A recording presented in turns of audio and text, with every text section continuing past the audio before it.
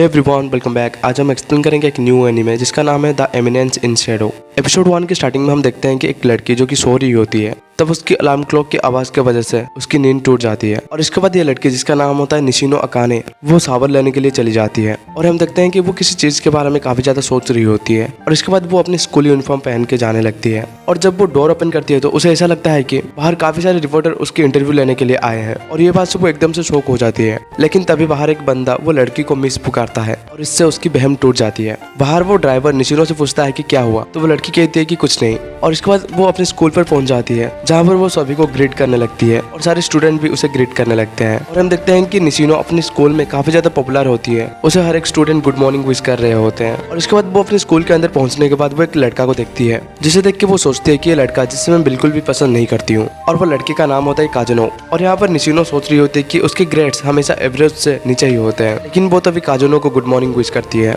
और यहाँ पर कागिनो भी वो लड़की को निशिमुरा बोल के गुड मॉर्निंग विश करता है। और यहाँ पर हम देखते हैं कि निशिनो अपनी गलत नाम सुन के वो थोड़ा गुस्सा होने लगती है, लेकिन वो गुस्सा कंट्रोल करके कहती है कि मेरा नाम निशिमुरा नहीं है। और वो अपनी नाम बताने वाली होती है कि कागिनो कहता है कि रुको एक सेकंड। कागिनो कहता है कि शायद तुम एनपीसी हो। और ये बात सुन के निशिनो थोड़ा हैरान होते पूछती है कि क्या। तो कागिनो कहता है कि मैं खुद से ही बात कर रहा हूँ, इसके लिए मुझे माफ करना। कागिनो कहता है कि मुझे बस उनके ही नाम याद रहता है जो मेरे लाइफ में इंपोर्टेंट कैरेक्टर रोल करते हैं। और वैसे मुझे लगता है कि मेरी नींद आजकल पूरी नहीं हो रही है और ये सब केयरलेस की वजह से ही है। और ये सुन के निशिनो कहते हैं कि तो ये एक मिस्टेक थी। और यहाँ पर निशिनो सोच रही होती है कि तुम मेरे क्लास में मेरे साइड में तुम 3 मंथ से बैठे आ रहे हो, 3 मंथ से तुम्हें आज तक मेरी नाम याद नहीं हुआ है। और तभी वो कहती है कि वैसे कोई बात नहीं, गलती तो सभी से होती है। और तभी कागिनो कहता है कि मुझे माफ करना, तुम्हारे नाम तो निशितानी है ना। और ये वाला नाम सुन के वो फिर से हैरान हो जाती है। और तभी वो कहती है कि मेरा नाम है निशिनो अकाने।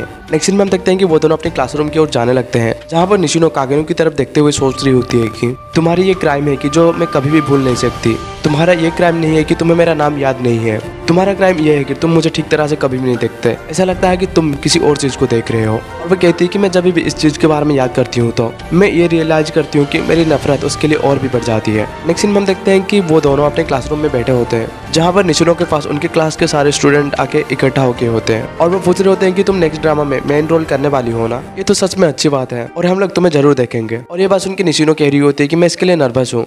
और यहाँ पर निशिनो सोच रही होती है कि मैंने वो सब कुछ किया ताकि मैं कागिनो से एसोसिएट ना रहूं। अगर ऐसा होता तो मैं उसे पूरी तरह से इग्नोर कर देती, लेकिन कुछ वजह की वजह से मैं ऐसा नहीं कर सकती। और तभी हम देखते हैं कागिनो जो कि क्लासरूम में किसी के साथ भी इंटरेक्ट नहीं कर रहा होता है और वो 20,000 से भी ज्यादा हैंड ग्रिपिंग कर रहा होता है। नेक्स्ट सीन में हम देखते हैं कि निशिनो टॉयलेट की तरफ जा रही होती है और वो बताते हैं कि उसके साथ ऐसा एक इंसिडेंट हुआ था जिसकी वजह से उसे शो बिजनेस से ब्रेक लेना पड़ा था। और ये सब उसके मिडिल स्कूल के दौरान हुआ था।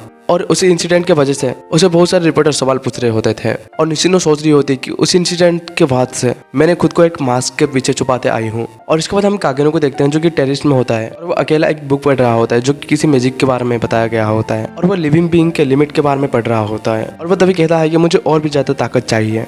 नेक्स्ट सीन में हमें उनकी क्लासरूम का सीन दिखाया जाता है, जहाँ पर क्लास में टीचर पूछ रही होती है कि क्या कोई वॉलंटियर फेस्टिवल सर्वे की आंसर टैली करने में मदद करेगा। और ये बात सुन के निशिनो हाथ खड़ा करके कहती है कि मैं काम करने के लिए आपकी मदद कर सकती हूँ। तो ये सुन के टीचर कहती है कि आज तुम्हारी एक्स्ट्रा क्लास है तो तुम मेरी मदद नहीं कर पाओगी। और यहाँ पर दूसरे स्टूडेंट भी निशिनो से खुश होते हुए कहने लगते हैं कि निशिनो तुम काफी बिजी रहती हो, फिर भी तुम मदद करने के लिए हमेशा आगे रहती हो और इसी की वजह से तुम्हें हर कोई पसंद करता है। तभी टीचर कागिनो से मदद मांगती है, कागिनो इसके लिए राजी हो जाता है। इसके बाद हम देखते हैं कि कागिनो जो कि क्लास में होती है वो सोच रही होती है कि वो इतनी दिन से टीचर की पेट की तरह रहते आई है कि हर एक स्टूडेंट एंड टीचर उसे पसंद करे। वो इसी के लिए हमेशा केयरफुल रहती है कि कोई भी उससे नफरत ना करे और वो अब तक अपनी लाइफ में इसी तरह जीती आई है। तभी निशिनो पियानो की बजने की आवाज सुनती है और यहाँ पर हम देखते हैं कि वो पियानो कागिनो बजा रहा होता है। उसकी आवाज हर कोई सुन रहा होता है पूरे स्कूल। क्लास खत्म होने के बाद निशिनो अपने ड्राइवर को कॉल करती है ताकि वो उसे लेने आ जाए, लेकिन उसका ड्राइवर कॉल नहीं उठा रहा होता है। तभी हमें दिखाया जाता है कि कुछ गुंडे लोग निशिनो की ड्राइवर को बुरी तरह से मार रहे होते हैं। और हम देखते हैं कि वो लोग निशिनो की ड्राइवर को मार के खून निकाल देते हैं। नेक्स्ट में हम देखते हैं कि निशिनो की ड्राइवर कॉल पिक ना करने की वजह से निशिनो खुद घर की तरफ पैदल बढ़ने लगती है। तभी हम देखते हैं कि कागिनो उसे जाता हुआ ऊपर से देख रहा होता है। तभी हम देखते हैं कि निशिनो बीच रास्ते में अपनी घर की तरफ बढ़ रही होती है।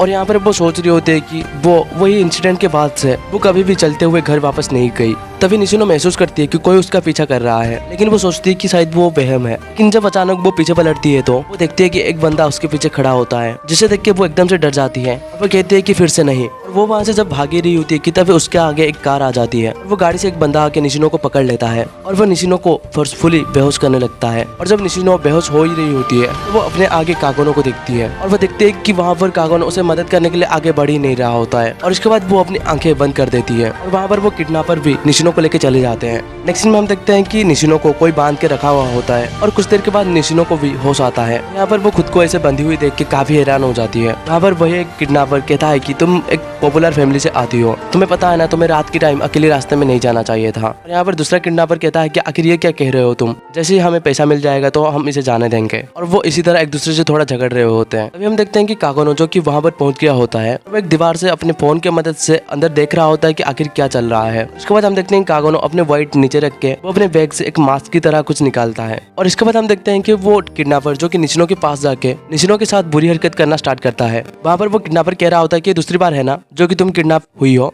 पहली बार तुम हुई थी अपने मिडिल स्कूल में, जहाँ पर एक स्टॉकर ने तुम्हें किडनैप करके तुम्हारे साथ बुरी हरकत करने की कोशिश की थी। और वह किडनैपर निशिनो के कपड़े निकाल के कहने लगता है कि मैं तुम्हें उससे भी ज्यादा मेमोरी देने वाला हूँ। तभी वहाँ पर ऊपर से आवाज आने लगती है। जब वो लोग ऊपर देखते हैं तो वहाँ पर ऊपर कोई होता है और वो बंदा ऊपर मास्क पहना होता है और हम जानते हैं कि वो कागोनो ही होता है। तभी वो बंदा ऊपर का ग्लास तोड़ के नीचे आता है। यहाँ पर वो किडनैपर पूछने लगते हैं कि आखिर तुम हो कौन, और ये सुन के कागोनो कहता है कि मैं तो सिर्फ स्टाइलिश रूफियन स्लेयर हूँ। तभी हम देखते हैं कि किडनैपर गन निकाल के उसके ऊपर फायर करने वाला होता है कि कागोनो तभी एक चाकू निकाल के वो किडनैपर के ऊपर पूरी तेजी से फेंक देता है, जिसकी वजह से वो किडनैपर के हाथ एकदम से घायल ही हो जाता है और यहाँ पर उसका गन दूर गिर जाता है। तभी कागोनो जाके वो किडनैपर को नीचे पटक देता है, उसके ऊपर लात के ऊपर लात मारना स्टार्ट कर देता है। और इसके बाद हम देखते हैं कि दूसरा किडनैपर जो कि अपने गन को नीचे फेंक देता है और वो कहने लगता है कि मैं काफी ज्यादा बोर हो गया था, मैं पहले आर्मी में था लेकिन अभी इतने भी छोटे मोटे किडनैपिंग की काम करना ये मुझे इतना भी अच्छा नहीं लगता, हो सकता है कि तुम मुझे एक अच्छी लड़ाई दे पाओगे। तभी कागोनो भी कहता है कि ये परफेक्ट है, मैं भी किसी मिलिट्री मैन के साथ ही लड़ना चाहता था। उसके बाद उन दोनों के बीच फाइट स्टार्ट हो जाता है, जहाँ पर वो दूसरा किडनैपर कागोनो को तो पहले थोड़ा पुश कर देता है, वो थोड़ा चोट भी पहुंचा देता है। तभी वहाँ पर वो मिलिट्री मैन जब कागोनो के ऊपर चाकू से हमला करने वाला होता है कि तभी वहाँ पर अचानक कागोनो एक रोड की मदद से ये रोक देता है। वहाँ पर वो किडनैपर कहता है कि तुम मुझे इस क्रोबार से नहीं रोक पाओगे,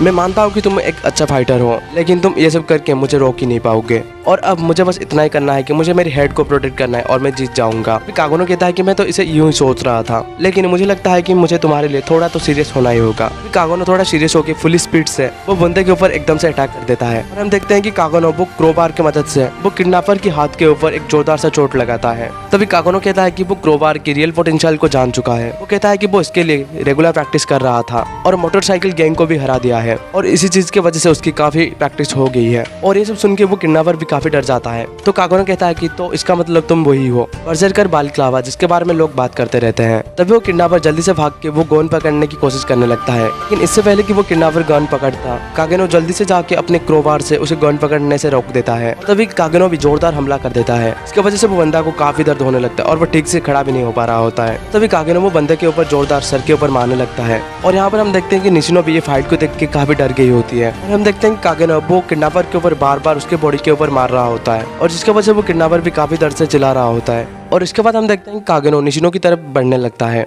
और ये देख के निशिनो तो डरने लगती है और तभी हम देखते हैं कागेनो निशिनो की मुंह की पट्टी खोल देता है और वो कहता है कि रात के टाइम घर पर सेफली जाया करो। और इसके बाद हम देखते हैं वो वहाँ पर अचानक से गायब हो जाता है और इसके बाद जब कागेनो खड़ा हो जाती है और वो चारों तरफ देखने लगती है, वो देखती है कि कागेनो वहाँ पर नहीं होता है और वो दो किडनैपर भी वहाँ पर बंधे हुए होते हैं और उनकी गन को भी कागेनो तोड़ दिया होता है। तभी हम देखते हैं कि कागेनो जो कि ऊपर होता है और वो सोच रहा होता है कि अगर मैं एक एक्स सोल्जर के साथ इस तरह लड़ रहा था तो मुझे नहीं लगता है कि मैं कभी भी एमिनेंस इन शैडो बन सकता हूँ। नेक्स्ट सीन में हम देखते हैं कि वही जगह पर पुलिस और निशिनो के पेरेंट्स भी पहुंच गए होते हैं। निशिनो बताते हैं कि उसके फादर ने पावर की यूज किया ताकि किसी भी पब्लिक को इसके बारे में पता ना चल सके और एंड में जिसने उसकी जान बचाई वो स्टाइलिश रूफियन स्लेयर की आइडेंटिटी के बारे में भी उसे पता नहीं चल पाया। और इसके बाद हमें नेक्स्ट मॉर्निंग का सीन दिखाया जाता है जहाँ पर निशिनो एक नॉर्मल की तरह ही स्कूल की तरफ आने लगती है, जहाँ पर उसे दूसरे स्टूडेंट भी गुड मॉर्निंग विश कर रहे होते हैं। और इसके बाद वो कागेनो के सामने जाते हैं जहाँ पर वो उसे गुड मॉर्निंग कहती है और तभी कागेनो भी निशिनो का पहली बार ठीक नाम लेके गुड मॉर्निंग विश करता है और ये सुन के वो भी थोड़ा हैरान हो जाती है और वो सोच रही होती है कि इसने तो मेरा नाम सही तरीके से लिया और वो कहती है कि मुझे ऐसा महसूस हुआ पहली बार, वो पहली बार डायरेक्टली मेरे आंखों में देखा।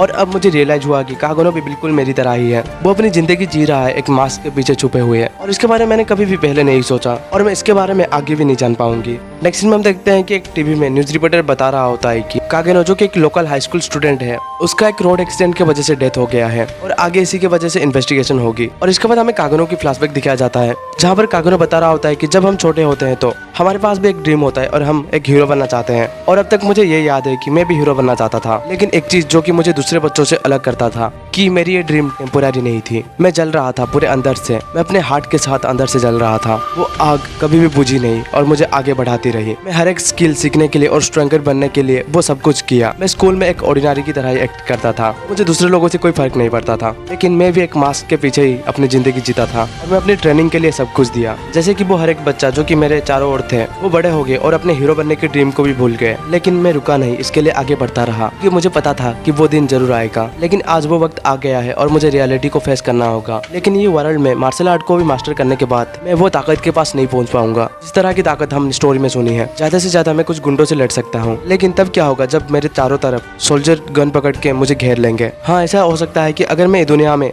मैं सबसे ज्यादा ताकतवर मार्शल आर्टिस्ट बन गया तो मैं इन सबको हरा सकता हूँ। लेकिन मेरा तब क्या होगा जब आसमान से एक न्यूक्लियर वेपन मेरे ऊपर गिर जाएगी। मेरा वो सारे मसल, माइंड और वो सारी स्किल जो मैंने सीखी है वो एकदम से इवापोरेट हो जाएंगे। और शायद इस तरह ही है एक ह्यूमन बीइंग की बॉडी, लेकिन मुझे ऐसा कुछ बनना है जिसकी बॉडी न्यूक्लियर बॉम्ब से भी इवापोरेट ना हो। और इसके बाद हम देखते हैं कि वो बंदा जो कि एक दूसरे वर्ल्ड में रीइंकार्नेटेड हो जाता है और तभी हमें दिखाया जाता है कि उसके पीछे काफी सारे लड़के खड़े हुए होते हैं। वो उसके पीछे कह रही होती है कि हमने उसे पूरी तरह से सराउंडेड कर दिया और उसके पास अब भागने के लिए कोई भी रास्ता नहीं है। तो दूसरी लड़की कहती है कि जैसा कि हमने प्रेडिक्ट किया था उसी तरह ही हुआ है, बिल्कुल आपकी प्लान की तरह। और वहाँ पर और एक लड़की कहती है कि हमने काफी वक्त से ऐसा हंट नहीं किया है, मैं इसके लिए और इंतजार करना नहीं चाहती हूँ। हम देखते हैं कि वहाँ पर वो सारी लड़कियां काफी एक्साइट हो रही होती है किसी चीज के लिए। तभी हमें कागनो को दिखाया जाता है जो कि सोच रहा होता है कि ये सच में अच्छा है, मुझे नहीं पता कि आखिर क्या एक्सीलेंट है, लेकिन ये सच में अच्छा है। मुझे न्यू वर्ल्ड के अंदर न्यू लाइफ एक ब्लेजिंग की तरह मिली है और जैसे कि मैंने दूसरी वर्ल्ड में चाहा था, मुझे उसी तरह की ही लाइफ यहाँ पर मिली है। तभी कागेनो कहता है कि ये जो है मैजिक, जो कि मुझे नई पावर मिली है, मुझे और भी पावर चाहिए। और इसके बाद कागेनो वो सारी लड़कियों को जाने के लिए ऑर्डर देता है और वो सब भी कागेनो के पीछे चलने लगते हैं। और कागेनो जब आसमान में होता है तो वो कहता है कि मैं इस बार ये करके दिखाऊंगा, मैं वहां पर पहुंचने के लिए हर एक चीज करूंगा।